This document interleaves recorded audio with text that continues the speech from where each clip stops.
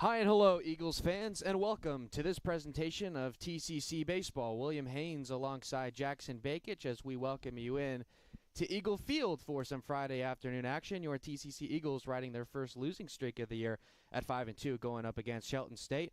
The Bucks are only 0-1 this season. They had a 5-1 loss to Jones College earlier this week, so we don't have a ton of information on them. Ethan Fireroth throwing his final warm-up pitches. So on Wednesday night, it was a loss to the College of Central Florida. They lost by a score of 4-3. It was a close one, but it was John Morant of the Patriots hitting a couple of home runs, leading them to a victory. So as I mentioned, their first losing streak of the year, they're 5-2. And Jackson, I'll ask you this: for a team in TCC that's getting set to play their 8th game of the year, going up against a team that's only got one game under their belt, how does that affect things? Well, baseball is definitely an individual team sport. Each player individually has to bring their best game to the table. However, baseball, when you play it in a team retrospect, it is very much based on your chemistry. Chemistry is a huge factor of knowing, what kind of hitting and what kind of running team you're going to be when it comes to small ball or when it comes to if you're going to play a long game, a short game. So now that TCC has their identity, 7 games into the season, they can kind of get into their rotation, get into their rhythm, and play their game. Shelton they're still trying to figure that out. And they might already have it figured out, but you can kind of guess just based on, human nature and inferences. Shelton State is still trying to figure out who they're going to be, especially, in the community college level.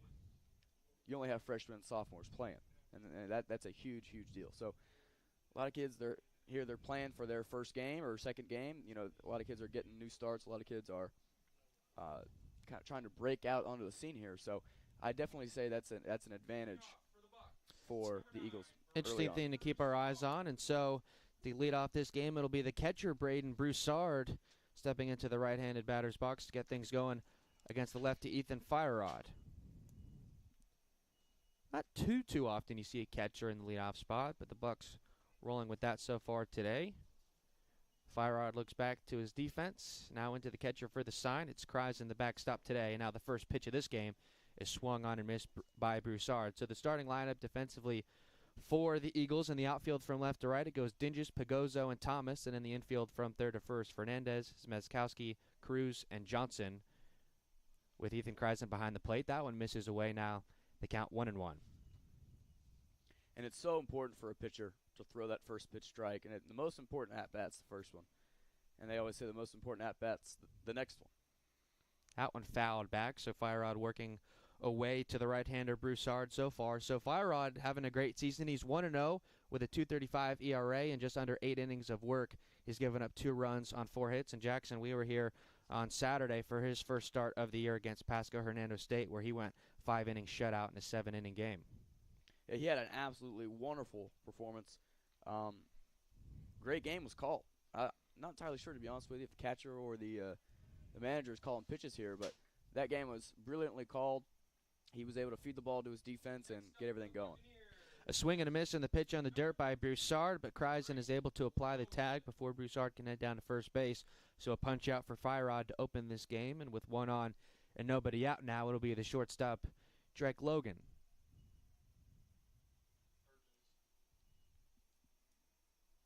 Scratch that. Third base today. Scratch that. He is at shortstop. I apologize.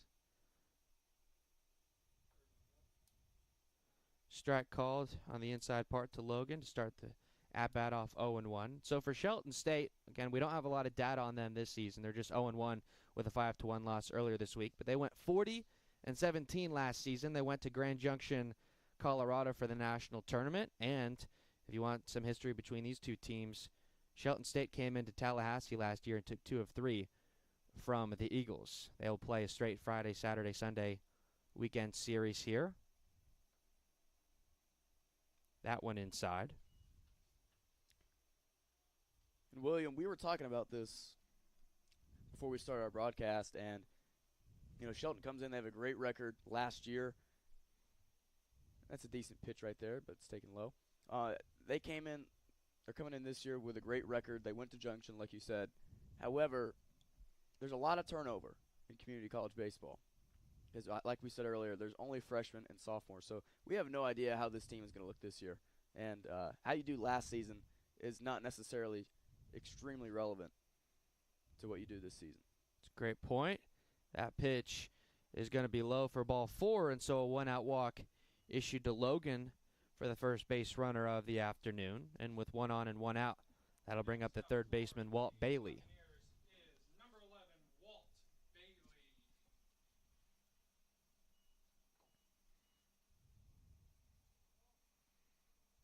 Guy Johnson back at first. He played second on Wednesday, and I thought played a pretty good game, but first base is going to be his primary position. Here he is in the first inning holding on Logan at the bag. Firerod, the lefty, looking at him, now goes home, and that pitch down and in, blocked by Kreisen for ball 1.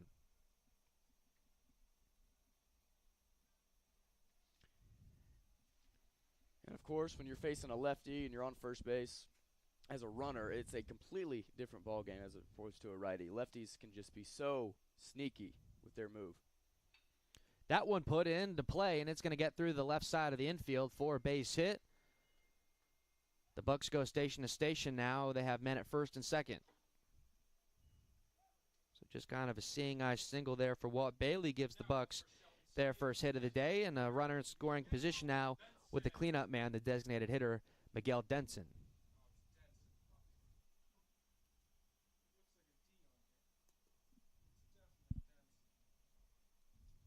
Denson, the big right-hander, definitely has the looks of a guy that's going to play DH in the cleanup spot.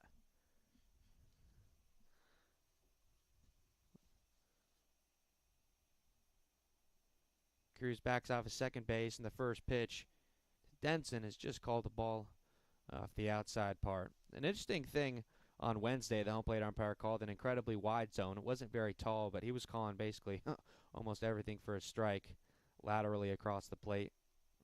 That one misses by a bit, and it's 1-0. Like we were saying on Saturday, earlier this week, Will, we just want to see a fair strike zone. We want to see it called the same way both ways. And whether it's tight or whether it's large, as long as it's fair to both teams, that's the most important thing as an umpire. Second baseman Cruz comes into the bag to try and hold on the runner there. Logan now backs off, and that pitch is swung on and fouled back towards the left side. So 1-2 count here to Denson upcoming. A couple of runners on with just 1 out.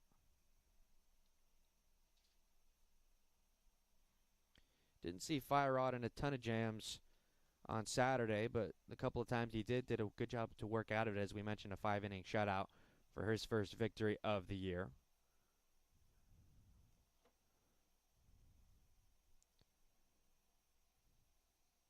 Firerod looks back to the second base bag. Cruz is backed off. Now the 1-2 pitch, and that one is fouled just slightly to the right side. We'll do it again at 1-2. Logan's getting a pretty big lead there at second. We'll see if TCC is going to run a daylight play or just focus on getting this out.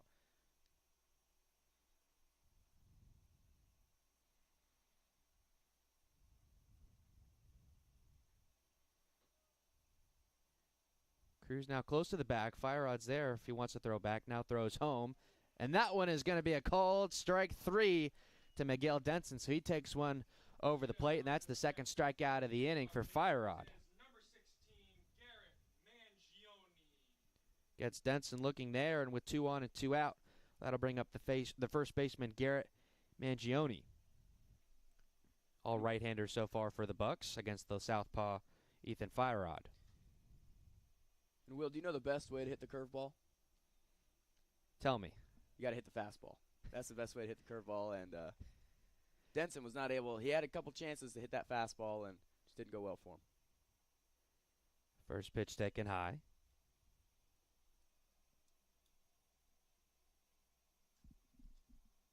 To quote Moneyball, that sounds like some fortune cookie wisdom to me, Billy, but sounds good. Cruz backs out the second base bag. Now the throw home, and that one is high as well, so now 2-0 the count. William, why do we want him on our team? He gets on base. Don't make me ask again, or I'll point to Pete. Well, an all-time classic. The 2-0 from Firerod. And that one's put into play, chased by the left fielder, Dinges. He's going to go back to the warning track, and he makes a jumping catch for out number 3. So a beautiful play defensively in the outfield by Marcos Dinges to end the threat. And we'll head to the bottom of the first, still scoreless.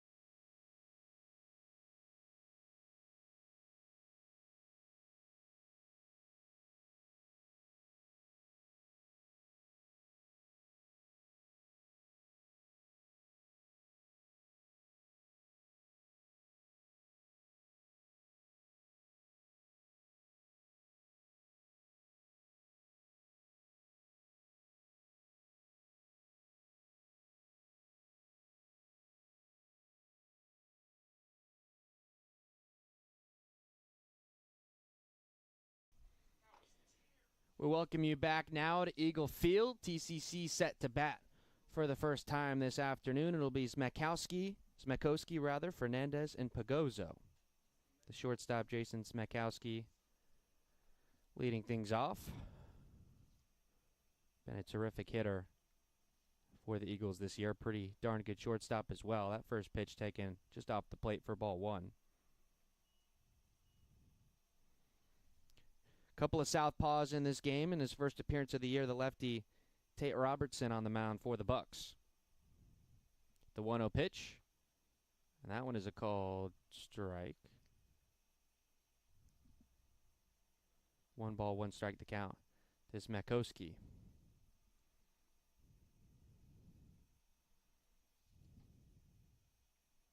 Fastball off the plate there, 2-1. So Robertson working pretty quickly here in the early goings.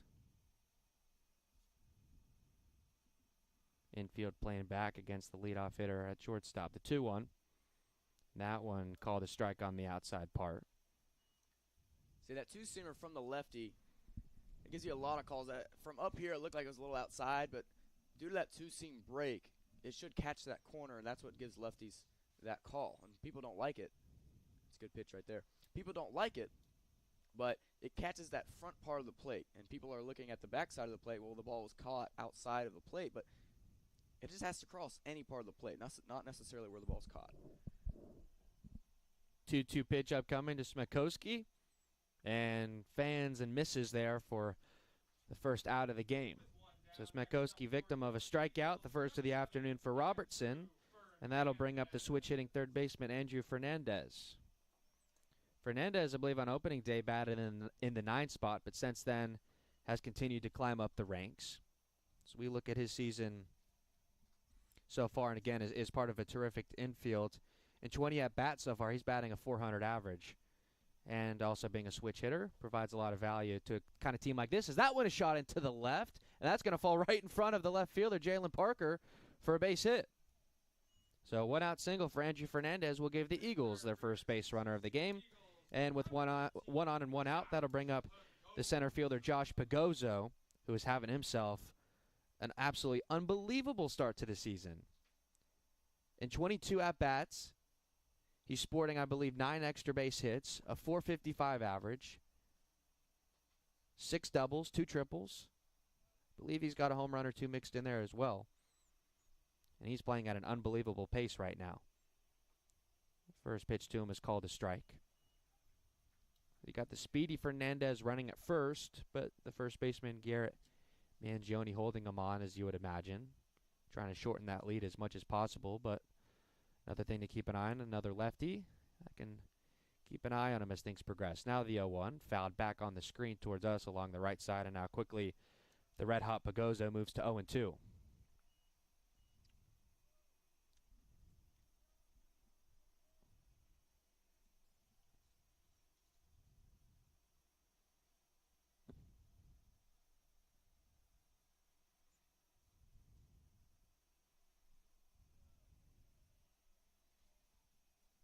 With the catcher setting up outside, Robertson comes set, throws home, and a cut and a miss there for Pagozzo, and he's out on strikes.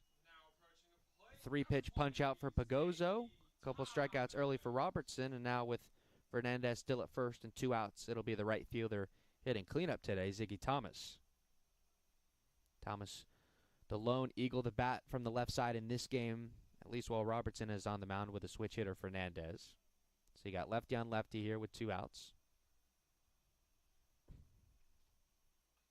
Shows bunt, pops it up in the air, and it's going to go right into the glove of Tate Robinson for out number 3. So the Eagles get a 1-out single but can't do anything with it. We're scoreless through 1. You're watching TCC Baseball on tcceagles.com.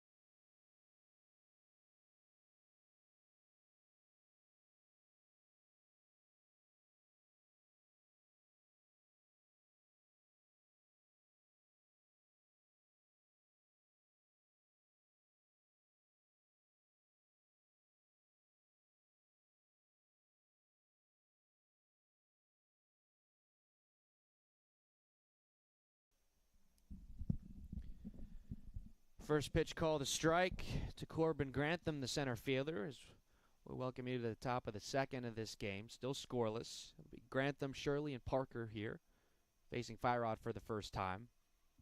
That one called a strike as well. So quickly a 2-strike count for Corbin Grantham.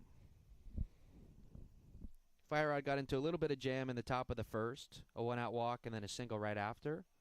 As there's a called strike 3 to Corbin Grantham to open up this second. Now the third punch out for Ethan Firod. Fireman records his 3rd strikeout. As next up for the Buccaneers is number 3, Caden Shirley.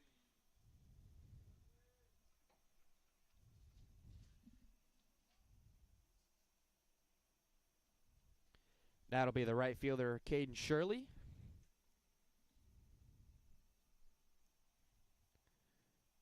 First pitch to him is right down Main Street for strike 1. And early on, this is what you want to see as a manager. Fire Rod's getting ahead very early on, and that just makes you an extremely efficient pitcher. Now the 0-1. That one a little bit high. Count moves to a ball and a strike. You got the second baseman, Justin Cruz, standing right on the heel of the infield, really in the outfield grass. The shortstop, Smetkowski, close to that as well. That one misses by just a bit. Now 2 balls, 1 strike to count. And you got the corners playing fairly deep in the dirt as well. Now the 2-1. Fouled back against the screen, and now the count moves to 2 balls and 2 strikes. Beautiful day here on the west side of Tallahassee, about 70 degrees at game time. A far cry from where we were, Jackson, in pea coats and suit jackets on about a 40-degree day just last Saturday. It's nice to see the weather warming up a little bit, baseball weather, if you will. And, William, I grew up in Florida my entire life, and that was not my kind of weather, I'll tell you that. That one chopped but just foul.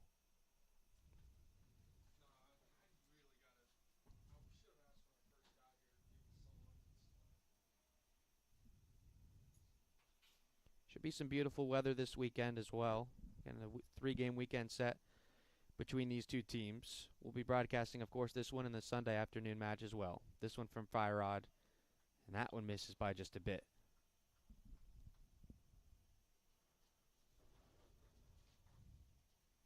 So Caden Shirley doing a good job of making Fire Rod work for this at-bat. That one popped straight up in the air, but it's going to go out of play.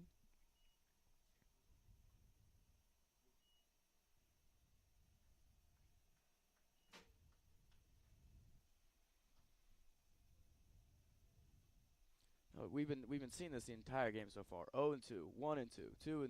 I mean, I don't believe Fire Rod's fallen behind the entire game yet. He had that 1-out walk in the first to Logan, but outside of that, you're right, he's been great. Shirley calls time to reset. You called it. It was big on Saturday, and it's been big so far here early today as well. Getting ahead, staying ahead for the lefty Fire Rod. He's got another 2-2 count upcoming to Caden Shirley. Here it is. That one just high. And that one is actually going to be high for ball 4 as another 1-out walk issued in back-to-back innings, and that'll bring up now the left fielder, Jalen Parker. And Mr. Fire Rod, I apologize for the announcer's jinx there.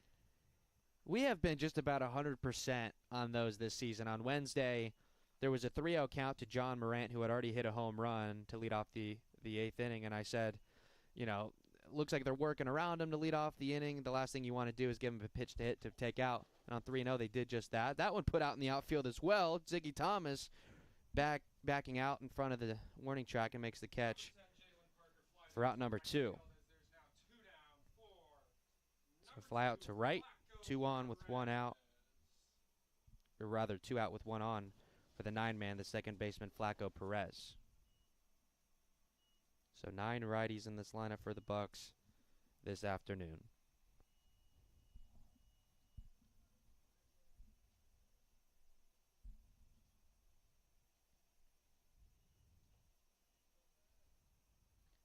Looked like a breaking ball that just didn't break enough.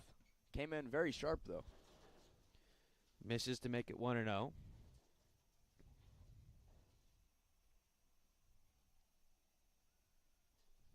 Quick throw over to first. Caden Shirley backs into the bag. And I think we talked about this on Saturday, William, but it is criminal to be a lefty pitcher and not have a good pickoff move. That one put in a play, and it's going to get past the second baseman, Justin Cruz, for a base hit. Rolls right in front of the right fielder, Thomas. And pretty much a carbon copy inning. 1-out walk. This one now a 2-out single. For the first time in this game, the lineup turns back over. Now to Braden Broussard with a runner in scoring position. He's 0 for 1. Opened the ball game with a strikeout. Get Hill his second swing at Fire Rod here.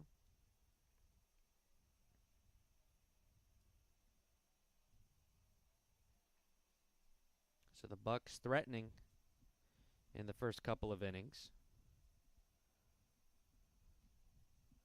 Only one out left to get.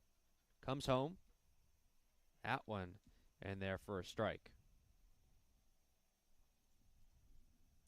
One of the healthier crowds we've seen at Eagle Field so far this season on this Friday afternoon. Good to see some people coming out to the ballpark.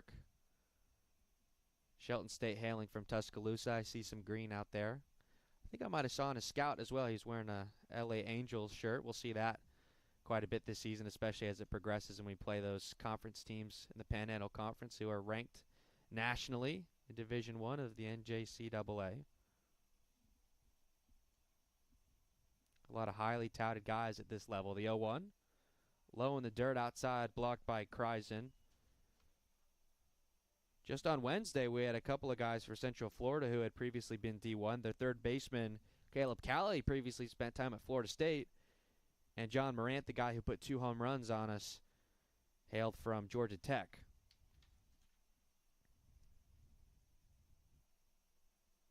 The 1-1 here to Broussard. Outside again. A nice block by Kreisen. Just put the glove right over it on the dirt to keep it in front. Now the count moves to 2 balls and 1 strike.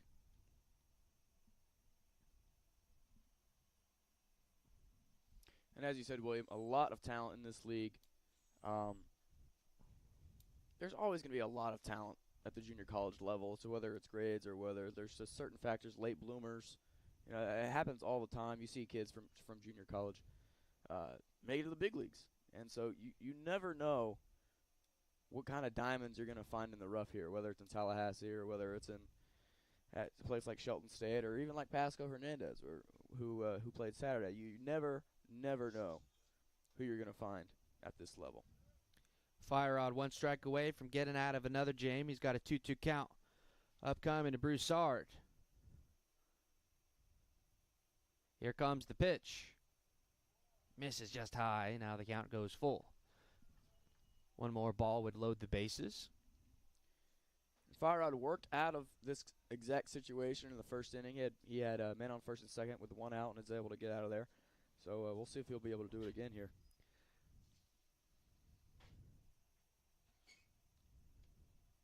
The payoff to Broussard. Swung on and missed for strike 3.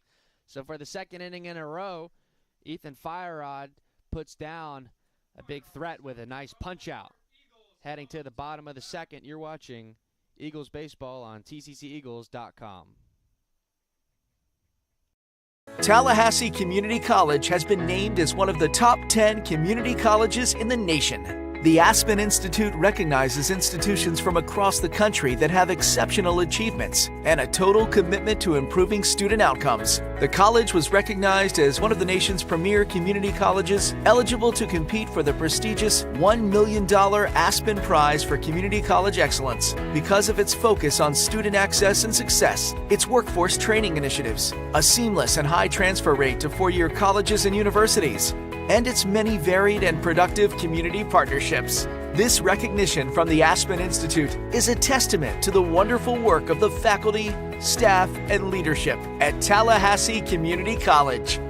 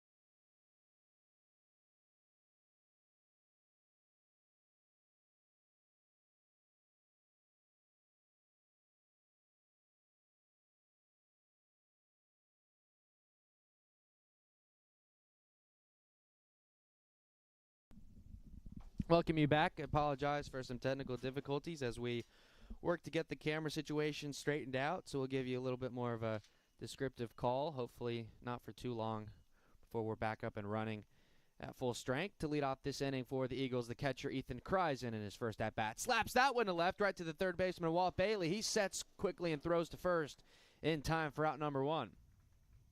And a great play right there. They call it the hot corner for a reason. He handled that fireball with a nice, cool, calm collectedness.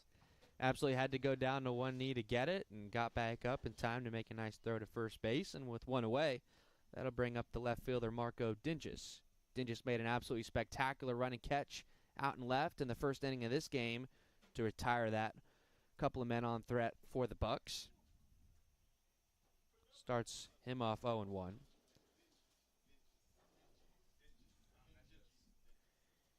Got Mekhi Johnson warming up on the on-deck circle. He'll bat next. The 0-1 is that one is put into play, and that one is going to fall right in front of the center fielder, Corbin Grantham, for a one-out single. Now up for TCC, number 1, Mekhi Johnson. A man at first, and that'll bring up the first baseman, Mekhi Johnson. Johnson, I think, with an 0-for-10 start to his season, got his first hit of the year on Wednesday against the College of Central Florida. He hit a one-out double in the fifth to get on the board. Was the final out in that game as well. Batting in the 9th spot once again. Kind of replacing Andrew Fernandez there. Thought about showing bunt, but pulls back.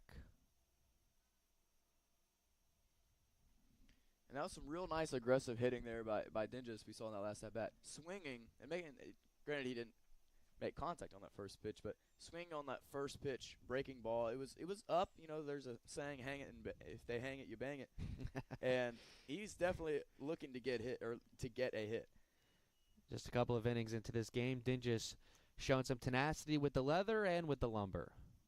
2 balls, no strikes. The count to Mekhi Johnson.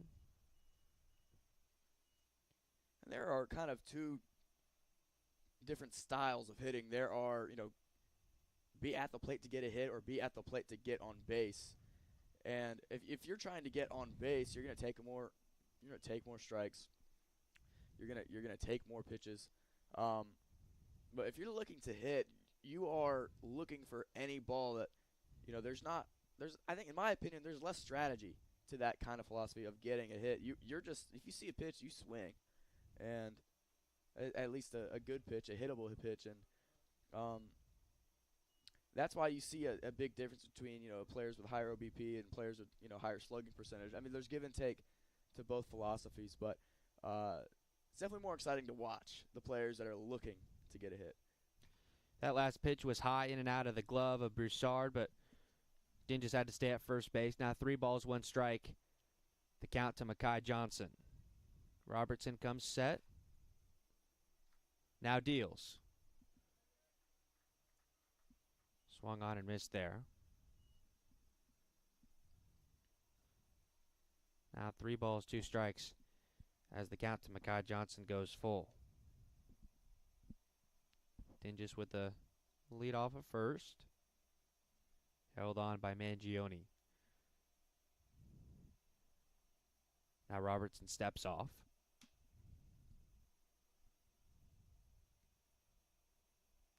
Robertson returns to the rubber. Mekhi Johnson steps back into the batter's box, and we're ready for this 3-2 pitch.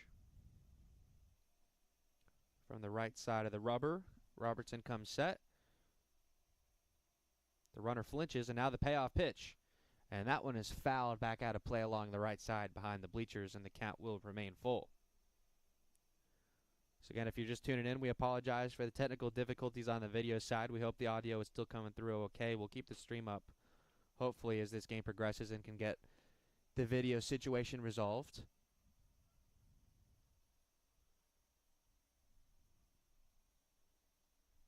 Now another 3-2 pitch, and that one is swung on and missed for Mekhi Johnson for strike 3.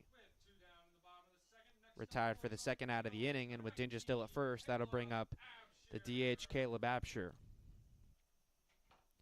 Absher this season in 20 at-bats, just 2 hits, If you're doing the math at home, that's good for a 100 average.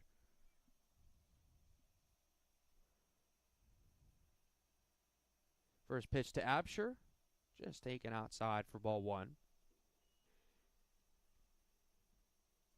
And I'll tell you what, William, sometimes you're seeing the ball like a golf ball, and sometimes you are seeing the ball like a watermelon. And early on, we've seen Absher, he's get some hits, and sometimes you're just not seeing the ball well. So we'll see if he's able to get something going here. That one taken close to the same spot. The count levels at 1 ball and 1 strike. It's Absher here. Cruz is on deck. Would come up if Absher's to reach base. That would complete the lineup the first time through. Robertson steps off for the second time in this inning.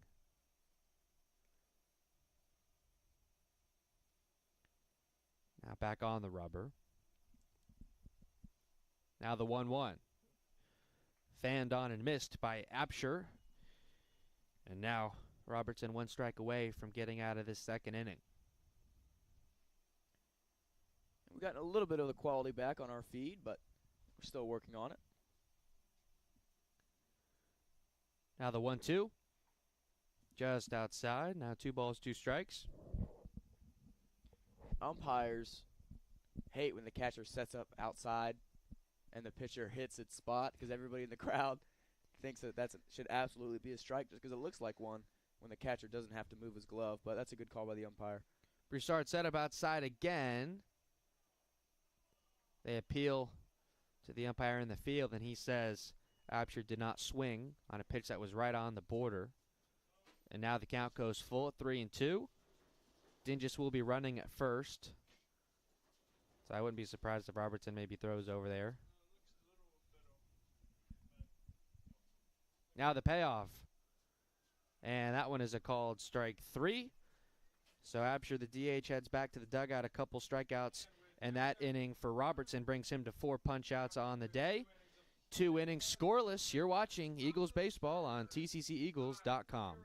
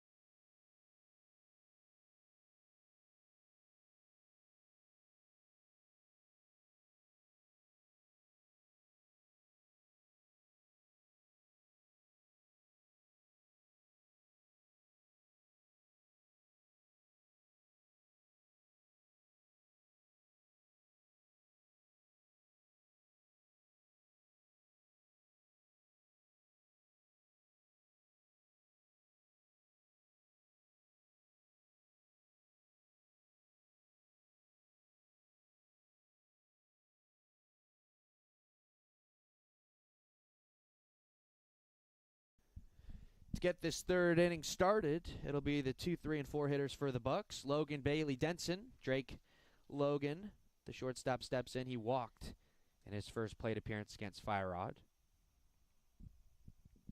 First pitch to him. Fouled back quickly out of play along the right side. Maybe we want a ball to hit our camera. Maybe the it'll knock some sense back into it. A beautiful day, as we were saying earlier, about 66 degrees at first pitch, and a little bit of wind. It's just a beautiful day. Wind's going from kind of feels from about southeast to about northeast. Just a kind of going directly out of the park towards center field. Just an absolutely beautiful, beautiful day. Could not be overstated. Not a many cloud in the sky as the sun begins its set down. That one chopped out of play along the left side. on Tuesday, I hope you caught it on the broadcast for softball opening day. A beautiful sunset in Tallahassee, and we caught it on the broadcast because of the direction that the field faces.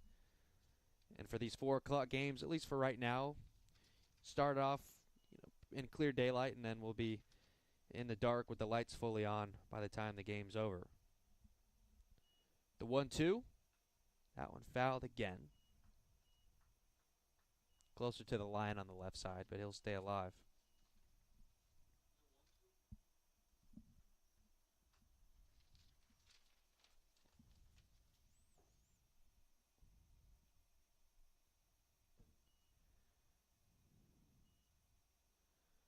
Infield playing pretty deep as they have for most of this game. That 1-2 is fouled straight back.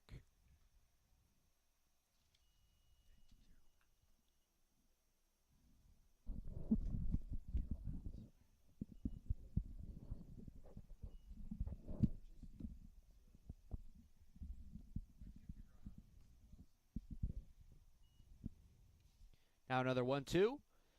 And that one is swung on and missed. Kreisen picks up the baseball and is able to tag Drake Logan. So another punch out now to open this third inning for Fire Rod. Already his 5th strikeout. Just 1 out into the 3rd. Had, I believe, 5 over 5 innings on Saturday. No, 8 strikeouts over 5 on Saturday. So he is definitely one for the strikeout. With 1 out, nobody on. The third baseman, Walt Bailey. First pitch is low.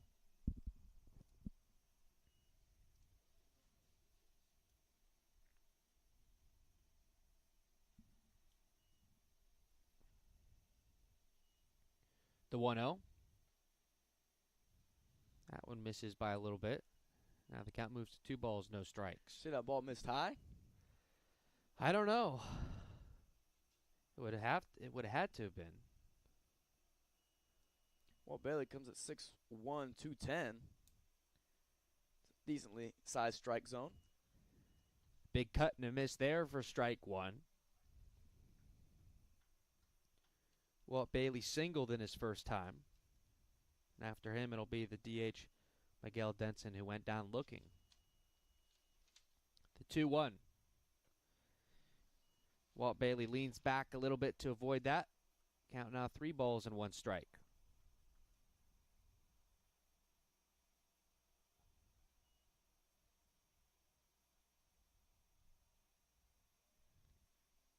Now the 3-1. Misses high for ball 4. And so Walt Bailey will head down to first on the free pass. Second, or scratch that third walk issued by Fire Rod today. Only 1 through 5 innings on Saturday. So falling a bit behind in that regard.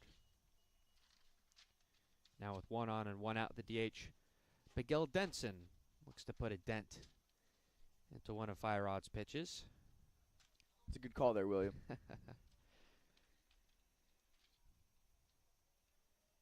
Flag picking up a little bit out there in center field. The first pitch to Denson, just a bit high, maybe a little bit outside as well. 1-0.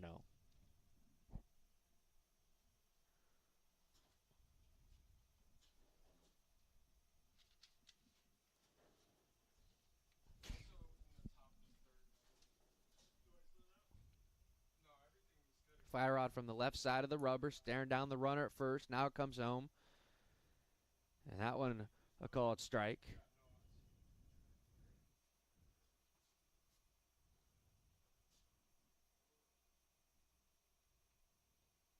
And, according to MLB statistics, not that I've necessarily looked at them, but, usually there's, as we have a pickoff there, usually there's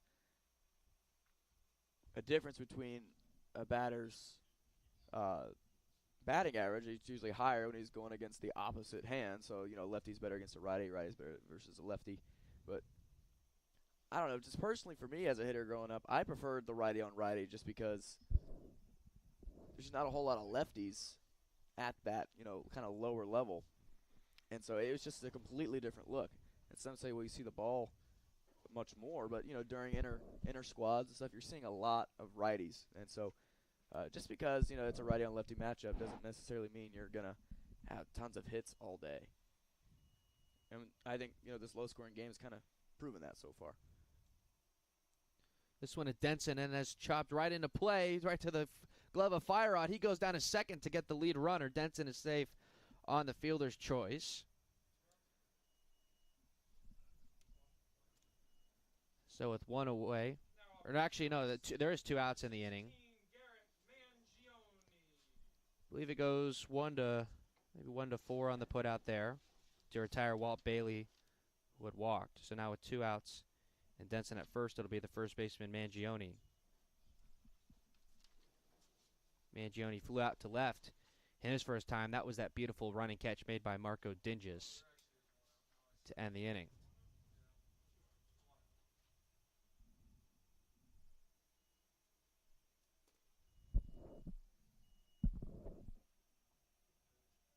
First pitch to Mangione's called a strike.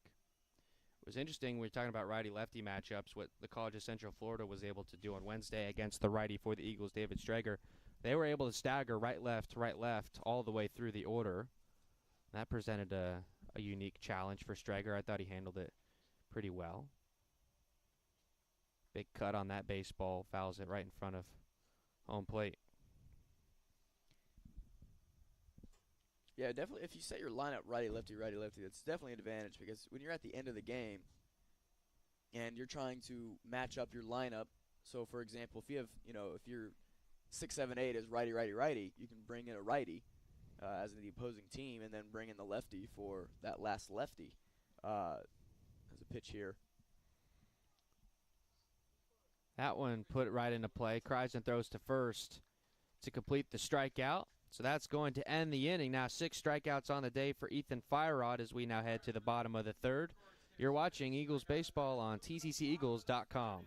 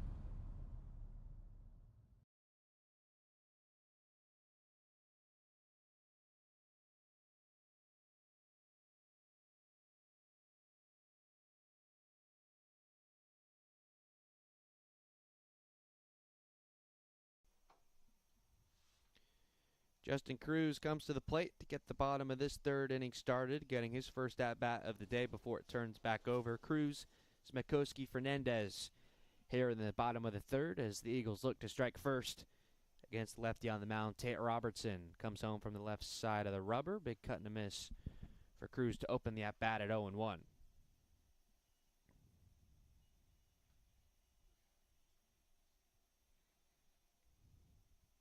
Working quickly. That one high, misses. Now 1 ball, 1 strike. That ball was fluttering a little bit there, William. I couldn't tell if that was a changeup left way up or some kind of. It had a weird look. It knuckled almost. That 1-1 catches the zone for strike 2. His first appearance of the season, so still maybe trying to get a hold of a few of those breaking pitches that he's got in the arsenal. Now quickly the 1-2 to Cruz. That one is swung on and missed, so a quick strikeout to dispatch of the 9-hitter Cruz, and that'll bring it back to the top for Jason Smekoski, who struck out in his first time. That was a great pitch there by Robertson. That looked like the changeup that he was trying to dial in on the second pitch, and he got it to go. That was the 5th strikeout for Robertson as well. So both pitchers are racking up the strikeouts. That first pitch to Smekowski misses. Now for the Eagles, number 13, Jason But Broussard was trying to get the frame there. He kind of reeled that in like he was catching a bass, but was not able to get that call. That one misses again, and now 2-0. I'm just struggling with that thing over there. Got no run to the top of the third, That one fouled away and out of play. make it so there's a 0 on the top and nothing. Or you can keep the 0 down. Yeah, we just know that shit's so low. 2 balls, 1 strike. The count to the shortstop, Smekowski.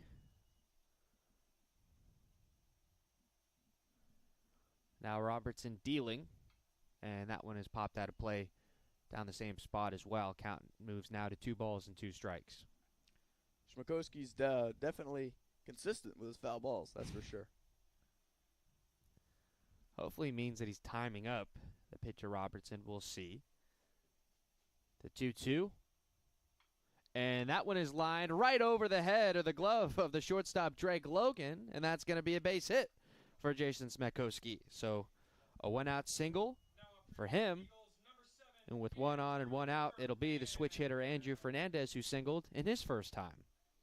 And that's a great call there, William. I mean, you took the words right out of my mouth. He timed it. You're right. I mean, the more you see pitches, and especially the more you foul off pitches, you can kind of get in that rhythm of, you're kind of seeing the pitcher's release point, and you can understand, especially also the more you see pitches and the more at-bats you get.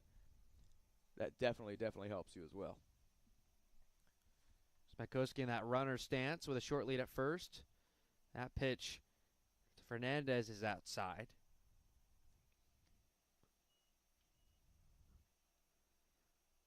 It's an interesting call there, whether that bunt or that kind of showing bunt was intentional. Yeah, we've seen quite a bit of that from this lineup, just to maybe even just shake things up, just to show it. Actually lays that one down, but it goes foul. Bunting with 1 out, man on first. You must have a lot of confidence that your 3-hole hitter Pagozzo is going to be able to get a hit with a man in second base, or you must really believe that Fernandez is going to get on first base. But I don't think he has the wheels to have that kind of confidence. So they must have tons of confidence in Pagozzo coming up with that 3 spot to get a hit with a man in scoring position.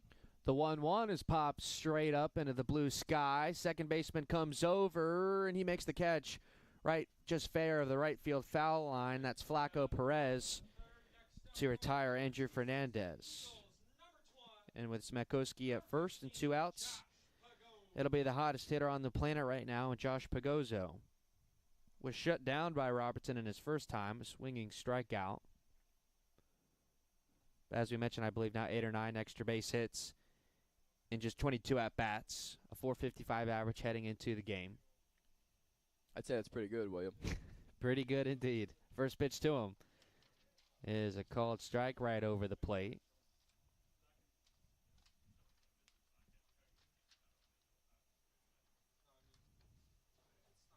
I think we've seen Andrew Fernandez run out a bunt single or 2 here early on. He's deceptively fast, I guess, for a third baseman if there is such a thing. Throw down to second as the runner goes, and it's out of the glove of Drake Logan. And I believe that'll be a swiped bag for Jason Smekowski. And while that throw was not in the spot you wanted as a catcher, you got to think if the second baseman comes around and catches that ball, he's probably out. And you got to catch it before you tag him. And that's a really hard job to do, to reach around the other side, catch a ball, and then bring it around the other way, because you're just trying to make that tag as quick as possible, especially when you think you have a chance, and the catcher has to get that throw on the other side. That one off the plate now, 2 balls, no strikes. So the first runner in scoring position of the day for the Eagles. Yeah, a couple things had to go wrong in that play to get the stolen base in safe. The catcher, Broussard, had to reach way out to get it, just barely blocked it, and then a drop out of the glove of Drake Logan trying to cover the second base back. Now the 2-1 is Smekowski. Or Pagozzo, excuse me. It was Smekowski on the stolen base. Josh Pagozzo at the plate.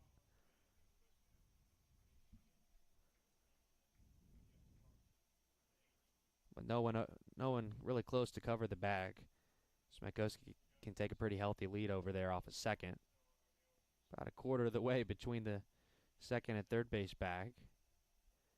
Now this one to Pagozzo, swung on and missed. And sorry, go ahead.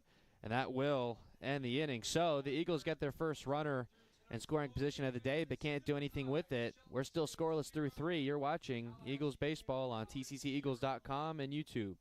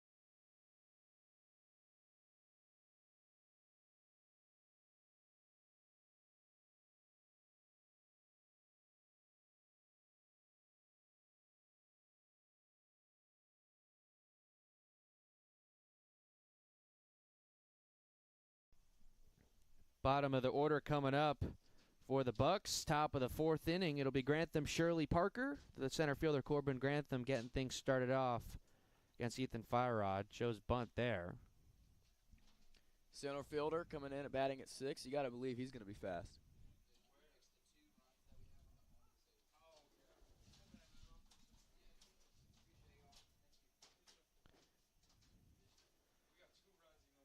That one had taken strike, and now the count level at 1-1. And you got to say that last out that Robertson got there was absolutely huge. You know, going against Pagozzo, the 3-hole hitter, and especially since Robertson hadn't had a runner in scoring position yet. Does that sound right? Yep, that was the first of the day. So you had a man at second and the best hitter at the plate, and you punch him out. I mean, you're right. That's a pretty big stop to keep this game at 0-0. That one taking a strike as well. That is a great pitch. The entire time, that ball looked like it was going to be way inside, but that two-seam just brings it right over the inside part of the plate. Great pitch there by Firerod. And pretty pitcher heavy so far in this game. We're only through 3. Both pitchers have 6 strikeouts each. Make that 7 now for Ethan Firerod as he sets down Corbin Grantham for the second time. And now it'll be the right fielder, Caden Shirley, who reached via a walk against him in the second. I think we finally now have got the camera showing a little bit better picture. So, again, we apologize for those few innings that there was some issues off with it. We're trying our best out here, guys. You know, we're just trying. Waking up every day thinking, you know, how can we be the best at what we can be? And sometimes you run into speed bumps, but you know, you just gotta keep driving. There's rocks on the road, but you just gotta take the bumps and run with them. Right, William? Got to learn how to hit that curveball, as we were talking about earlier. Which you don't. You just hit the fastball. You know, you just do what you do best. Now the pitch in is Shirley, and that one is put into play, but right to the second baseman. He lines it to Justin Cruz quickly for out number 2. There is nothing worse as a hitter. I'm not saying that Shirley is in a slump whatsoever, but there's nothing worse than being in a slump and hitting a line drive, a perfectly squared up ball right to where a player is. It is the most aggravating thing on earth. Great defensive alignment there for the Eagles. That's just how Coach drew it up. Exactly. Now with 2 outs and nobody on, Jalen Parker fouls that one back. Now 0-1. Flew out to right, and this is the only time in the second. Yeah, Parker was way late on that. He needs to get his foot down and start those hands a little quicker.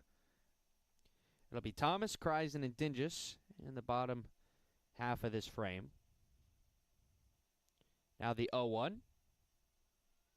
That one low. Count now level at 1-1.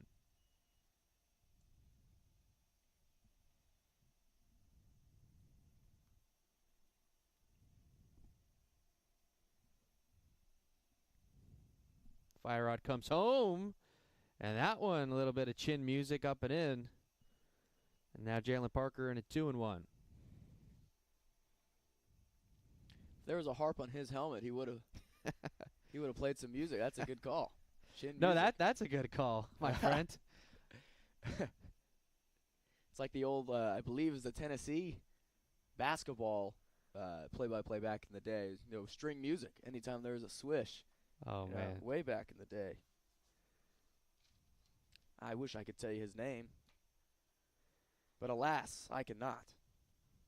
Nice homage to him on the call there. Fire Rod looking to get in the sign. Now comes home. And that one is pushed foul on the left side. We'll do it again at 2-2.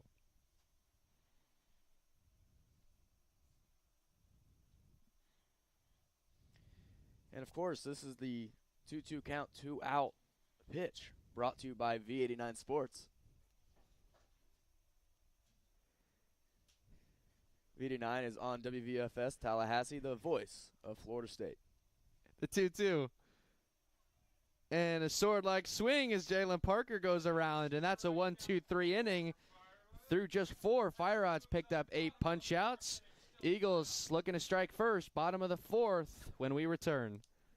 TCCeagles.com is your official online home. Tallahassee Community College has been named as one of the top 10 community colleges in the nation. The Aspen Institute recognizes institutions from across the country that have exceptional achievements and a total commitment to improving student outcomes. The college was recognized as one of the nation's premier community colleges, eligible to compete for the prestigious $1 million Aspen Prize for Community College Excellence because of its focus on student access and success, its workforce training initiatives, a seamless and high transfer rate to four-year colleges and universities, and its many varied and productive community partnerships. This recognition from the Aspen Institute is a testament to the wonderful work of the faculty, staff, and leadership at Tallahassee Community College.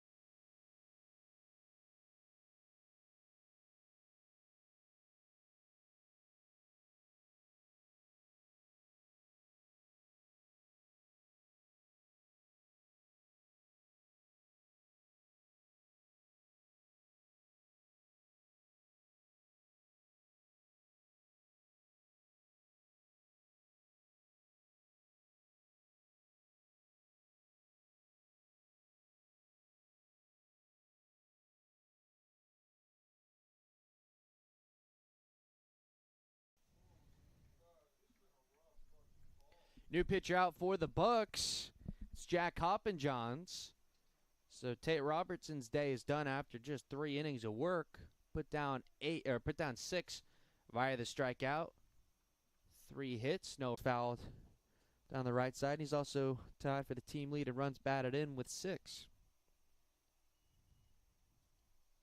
Count quickly moves to 0-2 with 2 outs as Hoppenjohns looks to have a nice, steady first inning of work.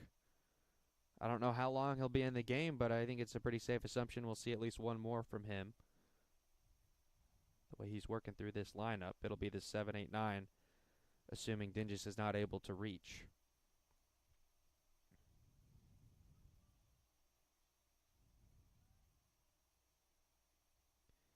The 0-2.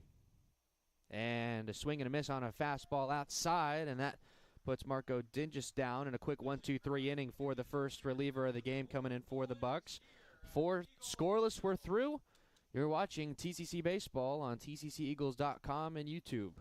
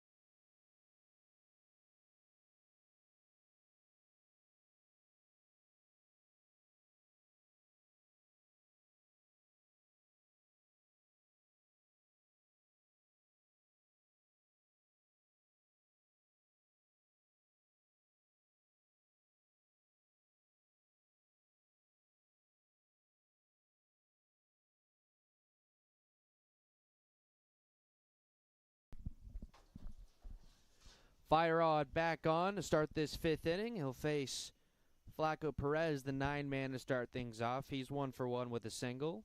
And then the lineup will turn back over for Broussard and Logan.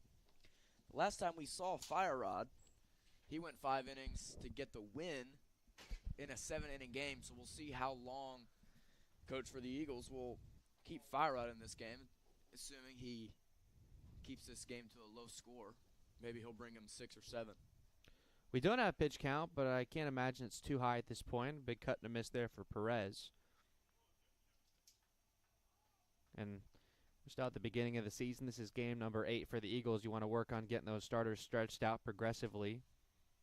So maybe if things go well, we see him for another inning or 2. The 1-1. Fastball low in the dirt. 2 balls, 1 strike.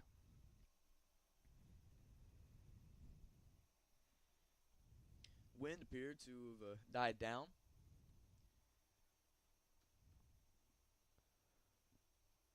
The 2-1. Misses in the same spot. Now 3 balls, 1 strike. You were talking about pitch count earlier. The times that Fire-Rod has walked anybody, they haven't been deep into the count. It's been that 3-1 or 3-0, and when you're keeping that pitch count low, even if you're walking people, obviously that allows you to stay in the game a lot longer. Basically what I'm saying is if you're going to walk somebody, just go ahead and get it done. Yeah, a lot of quick-moving innings for Fire-Rod. That is one thing he does well. He's got a 3-ball and 1 strike count to Perez. And swung on and missed for strike 3. So that is strikeout number 9 of the night for Fire-Rod. That's a season high. And the lineup will turn back over for Braden Broussard, who's 0 for 2 with 2 punch-outs.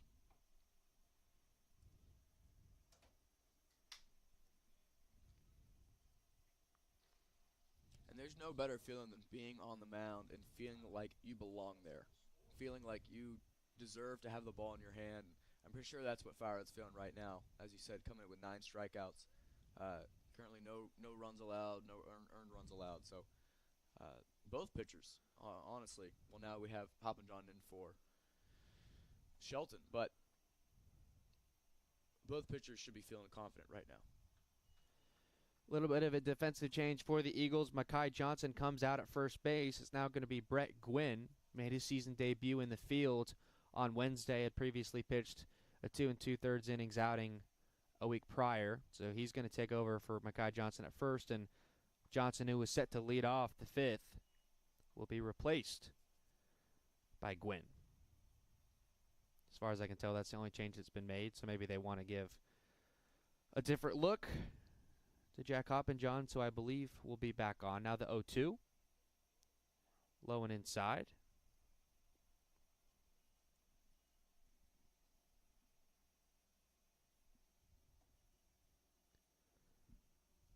Like you were saying earlier, William, a really nice, strong showing for Shelton today, going all the way from Alabama.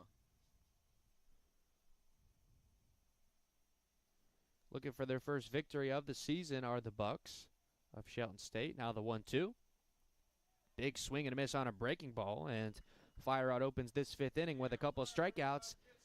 That's number 10. Strikeout of the night. As next up for the Buccaneers is And I believe that's pretty safe to say the first double-digit strikeout performance by an Eagle this season. So congratulations to Ethan Fire Rod for a nice game, but a lot of work left to do. We're scoreless, top of the 5th. Been a pitcher's duel, no doubt. Shelton State goes to the bullpen first. Eagles sticking with their starter for now. The first pitch to Logan. And that's a fastball taken down the heart for strike 1. And if we were in Tropicana Field, I believe that's the Canes Furniture 10th strikeout. Second Tampa Bay Rays reference of the year in the booth. Me and Brett had one on Sunday, the 0-1. That one chopped in the ground, chased by the second baseman Justin Cruz. His throw to first, and that's going to be good for out number 3. So back-to-back 1, 2, 3 innings for Ethan Fire Rod. Maybe he's found his stride. And we head to the bottom of the 5th with the Eagles looking for their first lead of the game.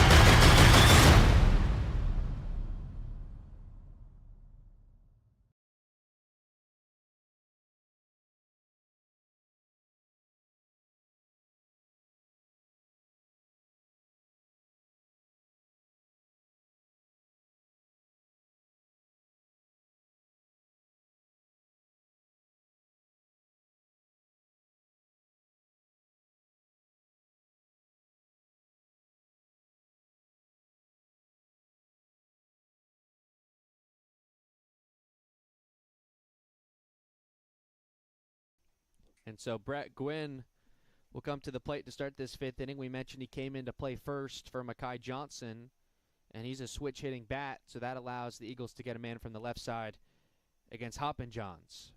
First pitch to Gwynn, and that's in there for strike 1. Gwynn got his first start in the field on Wednesday, as we said. Batted in the 8th spot. Went 1 for 3 with a single and a walk. Big cut and a miss there. Now quickly 0-2. It'll be Gwynn, Absher, and Justin Cruz. 7, 8, 9 hitters scheduled in this 5th. Now the 0-2 to Gwynn. And that one is launched in the air. Chased by the center fielder Grantham as he runs out, and that's going to get down and roll all the way to the wall. So Graham comes into this game and immediately strikes with a leadoff double. Best scoring opportunity of the day is right now. A runner at second with nobody out, and it'll be the DH Caleb Absher. And there's a saying, if you can hit, you can play anywhere. And obviously you have Gwynn coming in here trying to find a spot in the starting lineup, and that's definitely going to let Coach Mike know, hey, man, I'm ready to play. He's a pretty darn good pitcher as well. Has one outing, 2 2/3 scoreless this season. So he's getting it done on both sides of the game. First pitch to Absher. Check swing on a pitch on the outside to move it to 1-0.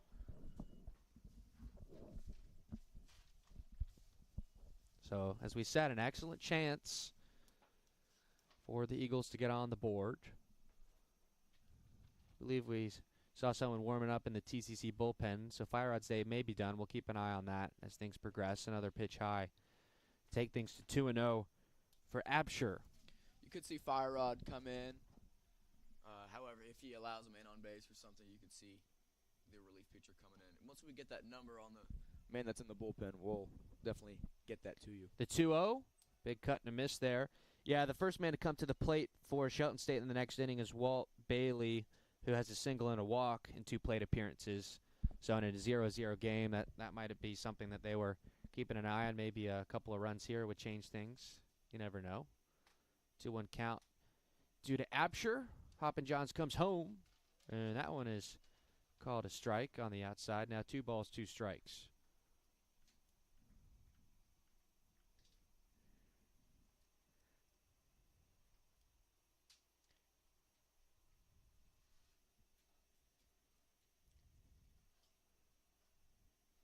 The 2-2 to Absher, and that one is popped up and fouled out of play behind us, so we'll stay right where we are at 2-2.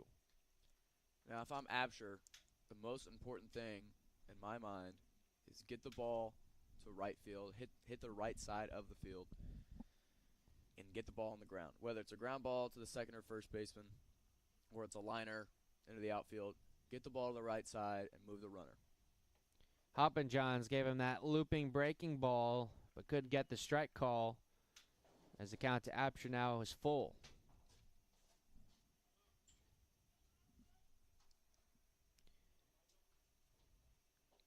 Gwynn with a decent-sized lead at second base. No one's there to hold him on. And that one is going to be a called ball 4, and Absher will head down to first base. Eagles now with a couple of runners on and nobody out for the 9-man Justin Cruz. Cruz struck out to start the third in his lone time at the plate. But we'll get his first look at Jock Hoppin' Johns.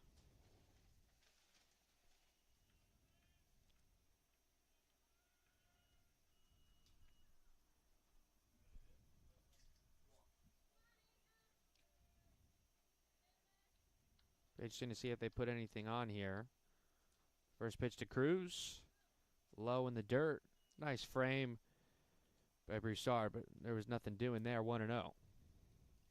Maybe TCC saw something in Hernandez, on Saturday that they had a double steal set up a couple times. They didn't end up running it due to foul balls or things of that nature. Let's see if they, like you said, put anything on here. Try to be aggressive on the base pass. They've been pretty conservative here. I mean, they had one attempted steal, but they haven't had a whole lot of opportunities to be aggressive. They just hadn't necessarily been on base a whole lot. Now, third base coach for the Eagles is coming up to talk to Absher right now. Yeah, that pitch made it 2-0 to Justin Cruz. So, yeah, I mean, you're got to force him to throw strikes before you do anything like that. And I think that's what the Shelton State coach is saying to Jack Hoppin' Johns. Saying, hey, you got a couple of men on base and nobody out. We got to throw some strikes here to the 9-man before things turn over to the top of the lineup. 2-0 count up coming to Cruz. Hoppin' Johns from the first base side of the rubber. Looking in for the sign. Yeah, apologies if I said Absher earlier. I meant to say Cruz. Time called by Justin Cruz, and he'll step out. If I am the third base coach for the Eagles, I'm telling Justin Cruz right now it's 2-0. That pitch has to be perfect. There's no reason to get a pop fly or take a bad swing on a 2-0 count. Now the 2-0 shows bunt and couldn't get it. So that'll be strike 1. Couldn't make contact with the baseball there. Now if they show bunt again, let's see if Shelton State has a wheel play or a bunt play they've been working on to try to get that lead runner at third base. Infield comes in. Now the 2-1, and that bunt is going to go foul. So with 2 strikes, in all likelihood, that'll take the bunt out of play here. I mean, they could if they really wanted to, but that's typically not conventional. And already we've had 3 attempted bunts by Seminole State. We had one popped up to the pitcher, and we had a couple other bunts that weren't laid down. Like you said, they went to a 2-strike count, so they have not been good at the small ball today. 2-2 to Cruz. And that one is going to get down for a base hit on the left side. Runner rounds third. He's going to come home. The left fielder, Parker, has trouble with it, and they're going to throw into third base. And finally, here in the 5th, the Eagles are on the board. An RBI single by the 9-man Justin Cruz scores Brett Gwynn from second base. And now same situation, runners at first and second with nobody out, and now a 1-0 lead. And Cruz would tell you, yeah, I didn't mean to put those bunts down on purpose. I want a hit. No, I'm just kidding. That's a great hit there by Cruz. 9-man get it done. And now the lineup will turn back over to the top in an excellent situation for Jason Smekowski, who's 1 for 2. He got a hit in his last time at the plate. That was Justin Cruz's 4th hit of the year and his 2nd run batted in. Clutch for him there. First pitch to Smekowski coming up, and he shows bunt. Lays it down on the left side. The pitcher picks it up and throws to first, and it's in time. But it is effective as the runners move over. So with 1 out now after the sacrifice by Smekowski, Absher moves over to third, Cruz to second. Now a couple of runners in scoring position for Andrew Fernandez.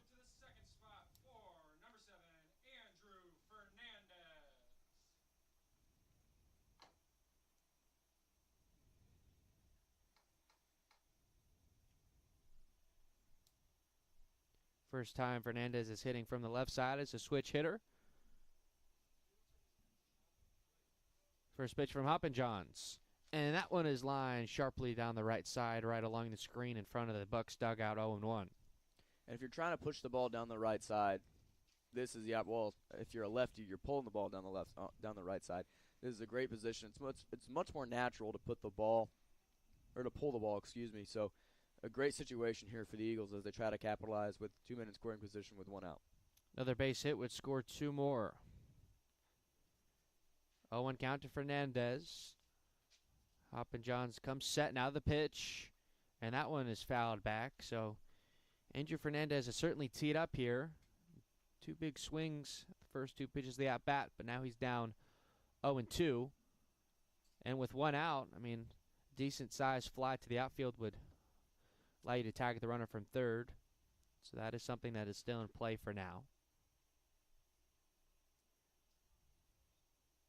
Corners of the infield come in, the 0-2. And that one is low in the dirt for ball 1.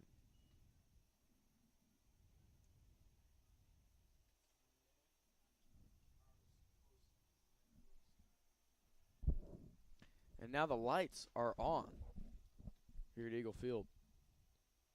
The 1-2. And that one is knocked. And it's going to get through the right side. Another run scores. Now they're going to send the second man, and he's in standing up. So a 2 RBI single for Andrew Fernandez. Eagles are now up 3-0. Not only that, but to be able to put the bat on the ball with 2 strikes. Was lucky to get the ball through between the second and first baseman. That is just an excellent piece of situational hitting. That one sneaked right through the right side. Flaco Perez gets right past his glove. And Andrew Fernandez, who has been oh so clutch so far this season, has added on to the Eagles' advantage. First pitch, Josh Pagozzo is in for strike 1. So coming into this game, Fernandez was batting .400 with 4 RBIs. Adds on a couple more with that knock. The 0-1 into Pagozzo. That one outside. So Pagozzo, as we mentioned, we've talked enough about how great he came into this game. He's 0 for 2 with a couple of strikeouts. So Shelton State silencing him so far. I can't imagine they're going to be able to keep that up the entire weekend. Looks to get on the board here with a man on and 1 out. If I'm Hoppin' John, I'm mad at that pitch. That pitch looked to be in the exact same spot as the one before. Catcher Broussard not able to get a hold of that one, and now the count moves to 2-1.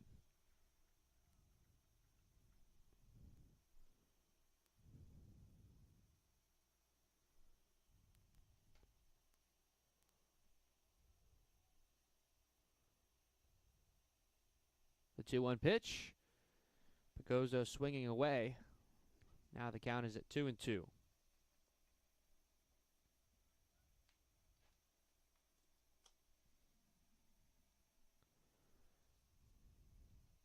So the bottom of the order getting things done for the Eagles so far. Now we're back at the top. 2-2 pitch up coming to Josh Pagozzo. Here it is, and that one is well outside. A nice take to move the count full. It was Brett Gwynn who had just come in the game as a defensive replacement for Mekhi Johnson, getting the inning started with a leadoff double. The 8-man Caleb Absher walks, makes way for a clutch RBI single by the 9-man Cruz. And then, as we just said, the third base manager Fernandez with a 2 RBI sneaker right through the right side. Payoff pitch to Pagozzo. Runner goes, and that one is in the air to right. Center fielder chasing it, and it gets past both of the outfielders in right center. Another run's going to come across to score. Pagozzo into third, and he's safe. So the third triple of the year, 9th extra base hit of the season for Josh Pagozzo, and finally a positive jinx going in the way of the Eagles side. Scores Fernandez from first as Pagozzo gets his third 3-bagger of the year. And that was an absolute shot. At first, it just looked like a fly ball that That's may right. have gotten down, but that ball just kept carrying and eventually hit the bottom of the wall. A great hit out to right center. Best power hitter, best overall hitter in the Eagles lineup, and kind of showed why right there. As Jackson just said, that ball just kept carrying out there in right center. It was tough to get a kind of read off the bat, but it just kept flying. It's a good thing we're not out there in the outfield. We probably wouldn't have taken a great angle. But the sight is interesting with the sun continuing to set, clouds coming in, and the lights starting to get warmed up here. As we're kind of in that in-between zone between sunlight and the full-on lights. And you're right. It's kind of like when you were getting in a car and you turn on your lights because it's about dusk is just beginning, and it almost seems worse with your lights on. That one is going to go fair, and the pitcher picks it up, and he's going to tag the runner. But now another run's going to come across to score. So nice job by Ziggy Thomas putting that one in play. Scores Pagozzo from third. And now call it a 5-0 lead for the Eagles. An RBI ground out there for Ziggy Thomas, and now it'll be the catcher, Ethan Kreisen. And as a manager, I think you would much rather have a player that bats 220 but gets you 75 RBIs compared to a batter that bats 275 and gets you 50 RBIs. It's all about knowing the situation, being a team player, and providing when your team when they need it most.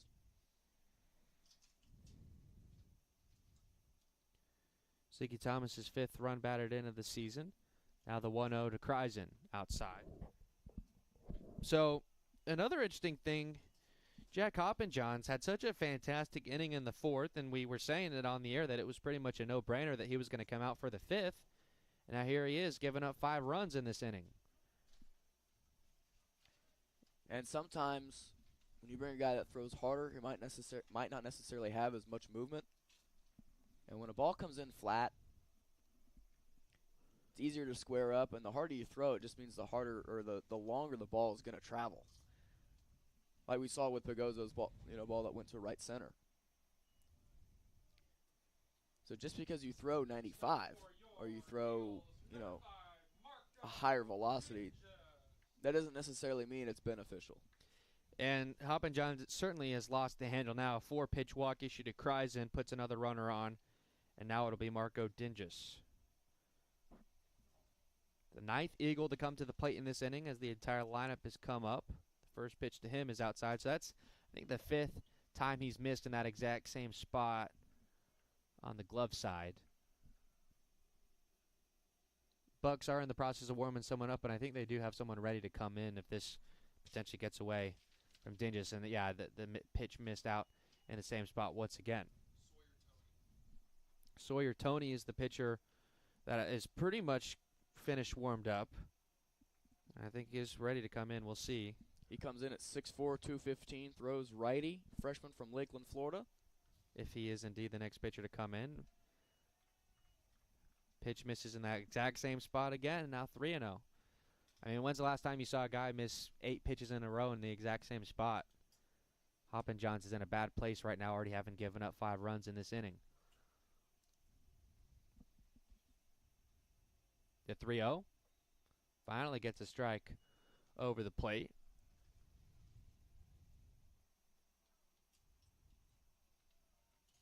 I believe this is the 3rd time this year the Eagles have batted around. And when you're 8 games into the season, that's a pretty good tally so far. The 3-1. Swinging away is Dinges, chopped high to the third baseman who throws to first. And that's good for out number 3. So, 9 Eagles come to the plate in this 5th. They put up a 5 spot, their first lead of the day. New pitcher on for TCC as well. We'll tell you about him when we come back. You're watching Eagles Baseball on TCCEagles.com. Tallahassee Community College has been named as one of the top 10 community colleges in the nation. The Aspen Institute recognizes institutions from across the country that have exceptional achievements and a total commitment to improving student outcomes. The college was recognized as one of the nation's premier community colleges eligible to compete for the prestigious $1 million Aspen Prize for Community College Excellence because of its focus on student access and success, its workforce training initiatives, a seamless and high transfer rate to 4-year colleges and universities, and its many varied and productive community partnerships. This recognition from the Aspen Institute is a testament to the wonderful work of the faculty, staff, and leadership at Tallahassee Community College.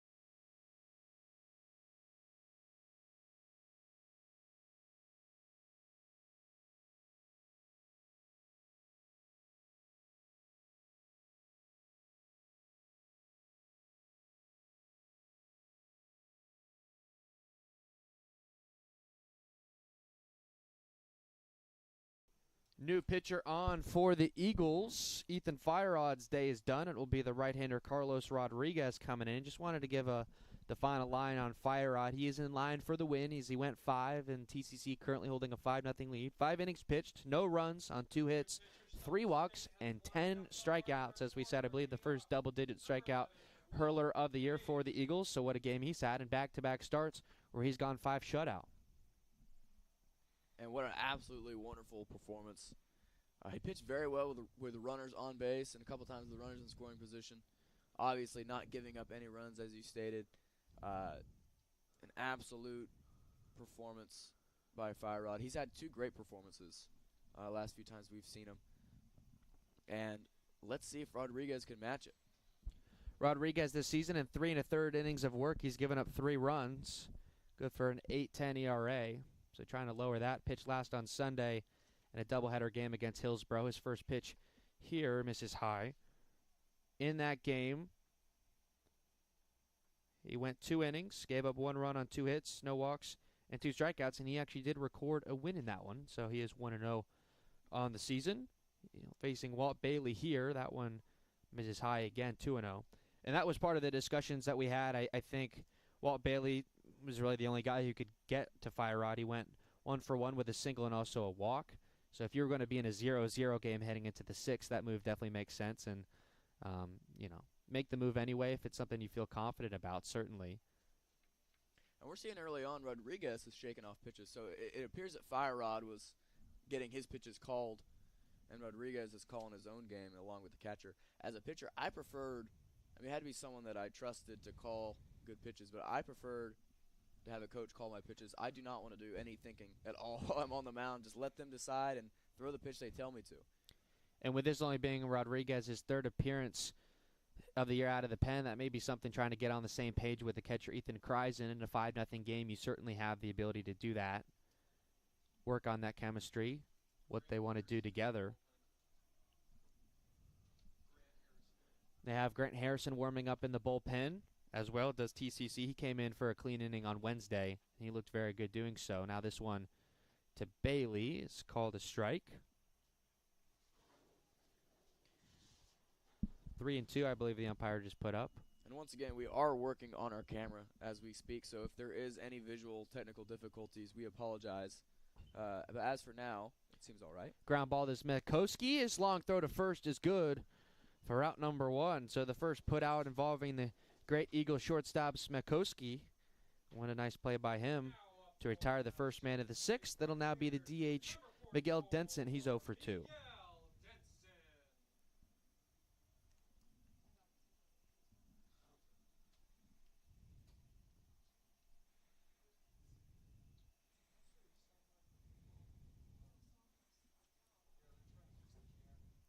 First pitch to Denson. That one misses low.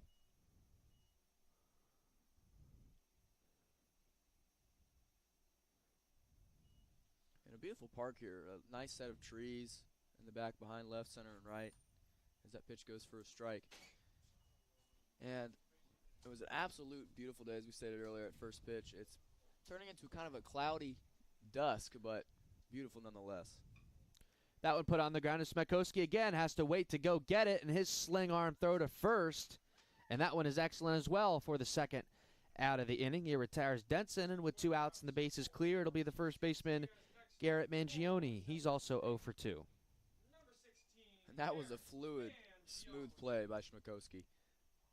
When it was first hit, and the ball took a lot of hops, I thought there was a chance that he wasn't going to be able to get Denson there at first, but it did not look like for a second he had any doubt in himself whatsoever. First pitch to Mangione. That one is in there for strike 1. So Smetkowski getting it done on both sides. He's 1 for 3 with a stolen base. Also has a sacrifice that moved the runners over to second and third. And here he is with a couple of excellent putouts from the shortstop position. That 0-1 pitch is low. Blocked in the dirt by Kreisen. And twice now we've seen Mangione take first pitch fastballs right down Broadway. And some people just do not swing at that first pitch. I kind of understand why, but if you're looking to hit, as there's a swing and miss there, if you're looking to hit, you got to take that ball that's best for you. And you probably won't see a pitch like that in the at-bat again. It is getting late a little bit for Shelton State. Here they are with 2 outs in the 6th, trailing by 5, so they have plenty of work to do. That one misses inside, and the count level at 2-2. Couple of relievers warming up in that Bucks bullpen. Sawyer Toney, as we mentioned, and Kyle Chaston as well getting loose. So there's no question that Jack Hoppenjohn's day is done, as that one is fouled along the third base side.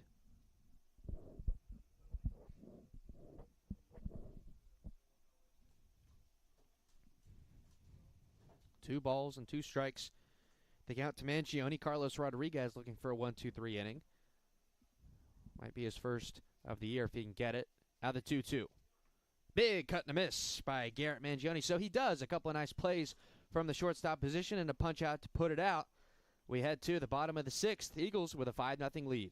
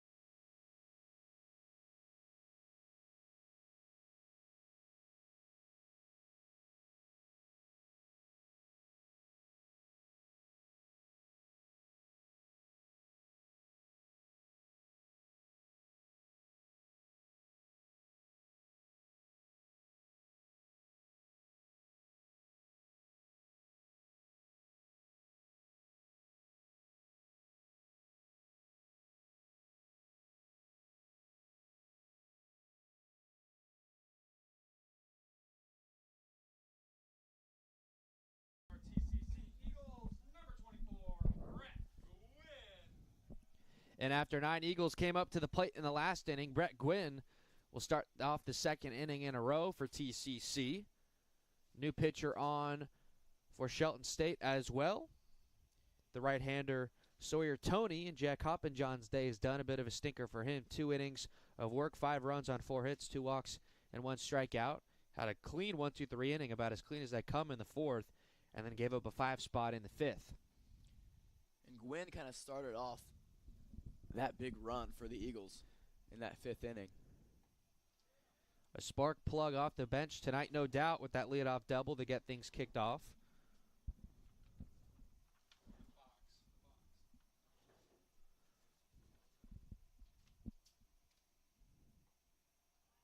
And they're going to ring up Brett Gwynn on that pitch.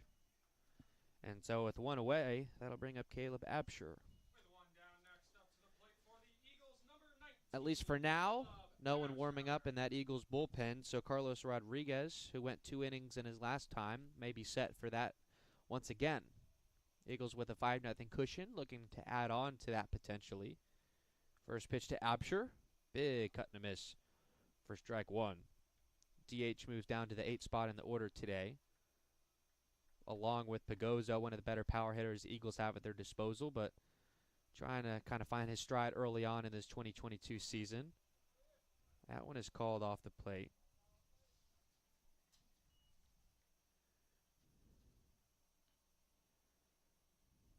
I think we've mentioned him already, but just batting 100 on the year going into today. We did. We might as well bring it up again. 0 for 1. 0 for 1. Did work a walk in the 5th. Was the second batter to come to the plate. That made it first and second with nobody out. They got that run started, as we said. And another called strike 3, says the home plate umpire. So 2 quickly put down by Sawyer Toney, and that'll leave it for the 9-man Justin Cruz. And that was an absolute beautiful breaking ball, completely freezing Absher. Buckles, the hitter, I believe, is the phrasing they use. I haven't been around the game in a while, to be honest with you. My senior season got cut short by COVID back in the day.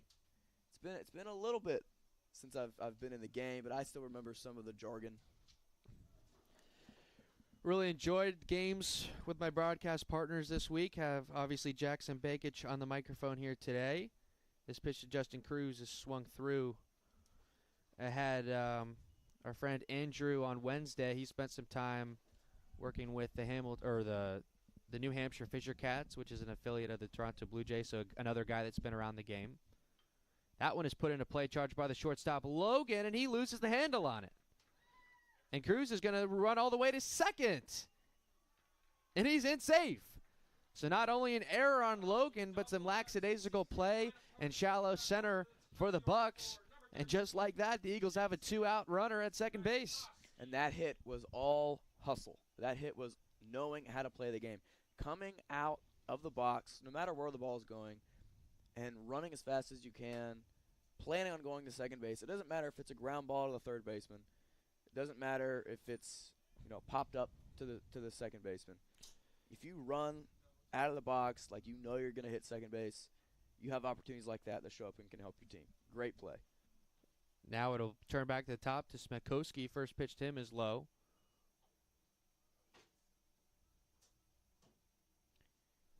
And ladies and gentlemen, we apologize for the technical difficulties. We'll try and give you more of a radio-style call now. So if you're here, don't go away. As right now we have a little timeout. The catcher goes to talk to Sawyer Toney as we have 2 outs here in the bottom of the 6th. Smekowski 1 for 3. Sacrifice to move the runners over in the 5th. A 1-0 count to him here. Toney comes home from the middle of the rubber. Smekowski trying to lay a bunt down but can't get to it. And is actually able to pull back for ball number 2. So 2 balls, no strikes to count. Eagles with a 5-0 lead here in the bottom of the 6th as they look to close things out. Eagles now do have a pitcher warming up in the pen. We told you they sat someone down, so maybe they went to someone else. It's Grant Harrison warming up once again, so I think they just sat him down for a little while. And Smekowski here, you are looking for the right pitch at a 2-0 count with 2 outs. You do not want to end an inning on a bad swing, especially when you're up that far in the count. Comes home, and that one is called a strike on the inside part of the plate. Smekoski kind of shaking his head at that one as he looks to reset. However, it's probably a good idea. You're not swinging on that one. As I said earlier, it was a 2-0 count, 2 outs. So most likely you're either going to see a fastball. And that one is fouled back towards us along the screen. Count moves now even at 2-2. For those of you scoring at home with 2 outs and the bases empty, I scored that as a 2-base E6 for Justin Cruz.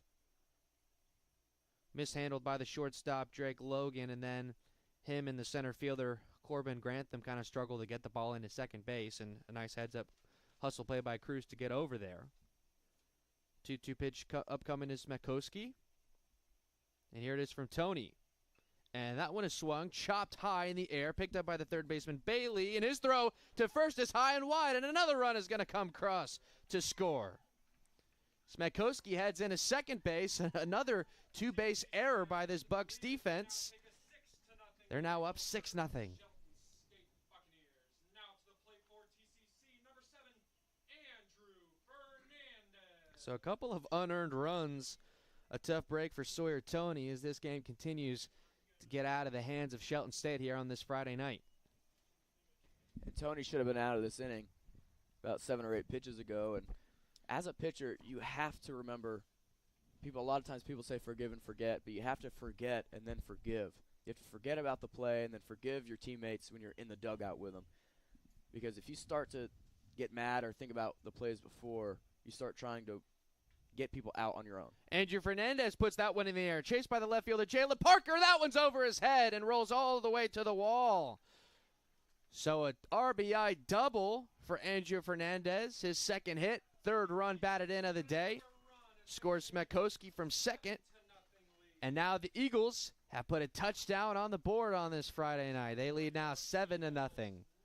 And your call is right. Friday Night Lights is what's going on here tonight. And you know, the gates are open. The flood is upon us. And now, for the third batter in a row, 2 outs and a runner at second, Josh Pagozza will get a turn at it here against Sawyer Tony. And I believe both the runs scored in this inning have been with 2 outs. That's absolutely right. Both of them are unearned for now. Well, they will be.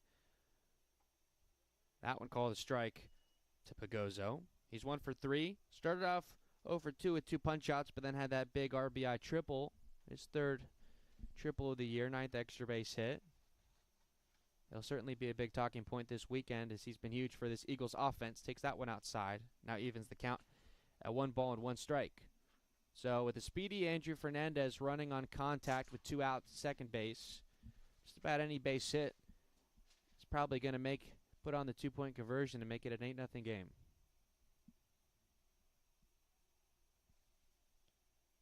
Tony looking back, watching the man on second base. Now the pitch, and that one is high and inside. Pushes Pagozzo off the plate. Now the count moves to 2-1.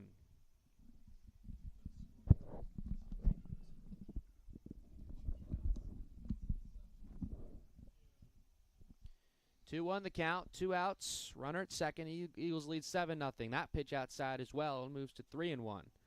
So for Sawyer Tony, who had cruised through the beginning of this inning, 2 strikeout lookings, 1 to Gwynn, 1 to Absher, and it looked like he was going to keep the deficit at 5, and then things got away from him. A 2-base E6 for Cruz, a 2-base E5 for Smekoski, a couple runs scored, and then an RBI double by Fernandez that gets over the wall of Jalen Parker and left. 3 balls, 1 strike to count. Josh Pagozzo, the pitch from Tony, and that one is fouled high in the air and out of play. So the count now full at 3-2. And William, maybe Coach Mike knew something we didn't, pulling Fire Rod early. That was definitely a great call, obviously in hindsight, but once we said a great performance by him and great hitting, great situational hitting by these Eagles tonight. The payoff pitch, that one is low. Pagozzo emphatically throws the bat towards his own dugout. Now the protective padding, and he's going to jog on down to first base. And now with runners at first and second, still 2 outs. The cleanup man, Ziggy Thomas, today. He's 0 for 3, but did not get a run on his ground out in the 5th. So the power hitting cleanup man stands in from the left side. Lefty on righty here against Sawyer Tony. Again, same situation. Runners running on contact with 2 outs. Base hit would score at least 1. Now the first pitch of the at-bat. And that one is fouled quickly back along the screen on the left side. 0-1. I saw Jack Thunberg warming up in the Eagles bullpen as well. So they've got the lefty Thunberg, the righty Grant Harrison, depending on how they want to match things up. Again, all 9 hitters in the Bucks lineup are righties. It'll be Grantham, Shirley, and Parker in the top of the 7th. 0-1 pitch here. And that one is popped in the air, and it's going to get out of play on the left side. Watch out, fans in the bleachers, as it falls to the side of the third base seats. Count now at no balls and 2 strikes. Quickly to Ziggy Thomas. Looks like little Johnny got a souvenir there. Good to see here. As we mentioned earlier, probably one of the healthiest crowds of the year we've seen here in this Friday night. First weekend series of the season against Shelton State. The 0-2 pitch, and swung on and missed by Ziggy Thomas, and he is retired. So, with 2 outs and the bases empty, the Eagles put up a couple of unearned runs, capitalizing on some Bucks mistakes. Through 6, they now lead 7-0.